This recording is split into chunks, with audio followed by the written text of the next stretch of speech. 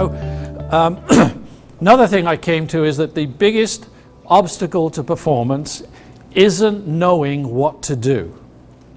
It's doing what we know, taking action on things that we already know about. So for instance, how many of you, like the picture, know of some diet and exercise that would be good for you to do? Can I get a show of hands? So it's not a knowledge issue for you, is it? It's a taking action on that knowledge issue. How many of you, before you arrived here today, already knew of one thing that if you were to do more of it, or maybe even less of it at work, you would be more effective? How many of you already knew of one thing that if you did a little more or a little less, you'd be more effective? It looks like most of you. So here's a rhetorical question. If you already knew, if you already know what that thing is, why don't you do it? How many parents do we have in the room?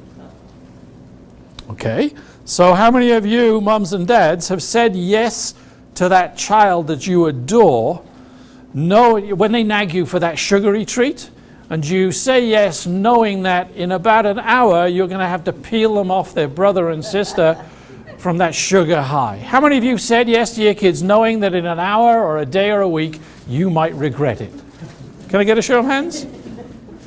Why would you behave that way if you know better? I mean, that's the kind of things you judge your kids over, isn't it?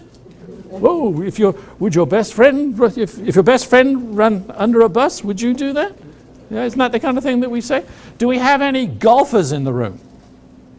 I'm using the term very loosely now. Yeah. I tell you what, because there weren't very many hands, let me ask you the question differently. How many of you possess golf clubs? So now we get more hands, okay. How much of golf do they say is mental, and how much do they say is physical or technical? What do they say? 90 what? 90 mental, 10% physical. I never hear it less than 80% mental and 20% physical or technical. So when you golfers go to practice, I guess I better define that. When I talk about practice, I'm talking about your warm-up for your annual game. Yes? When you go to practice, how much of your time do you spend on that area that you've just said to me is over 4/5 of the game? Yeah, I know what silence means. Nothing, yeah? And by the way, it's not a lot different at the professional level, although it is changing very rapidly these days.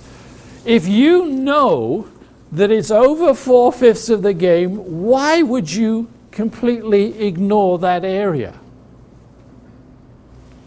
Oh, let's keep that as a rhetorical question for now. How about when you play well, whatever you're into, when you do it well, what's it like? What do we know about what it's like when it plays well, when we play well?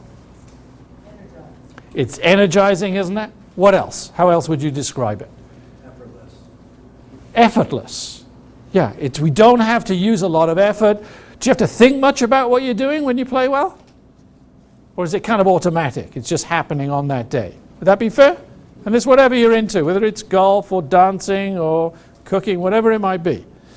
So you interview people from any walk of life, any activity, and ask them what it's like when they play well. You'll always hear those words. I didn't have to use a lot of effort. I didn't have to think a lot about what I was doing. It was kind of automatic, just happening. When you play badly, well then, what's that experience like? What do you typically do when you play badly?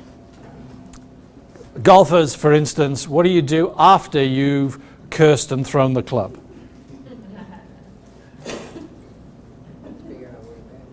Say that again? Figure out a way back, probably. You figure out, well, you try and figure out what it is you're doing wrong, don't you? And then based on that analysis, you try hard to fix it. Would that be fair? What does that usually do to our performance? It makes it worse.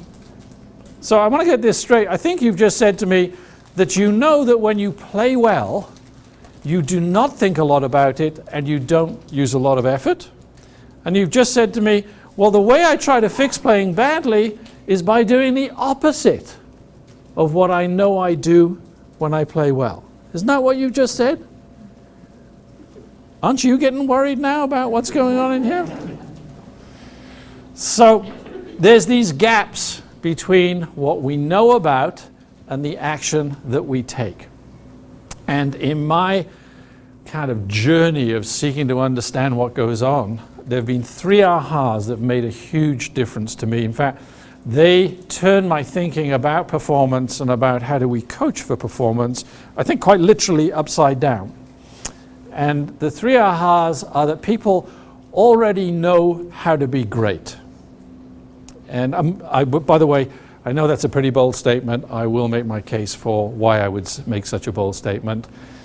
Interference blocks our greatness, and focus is the thing that will unlock that greatness.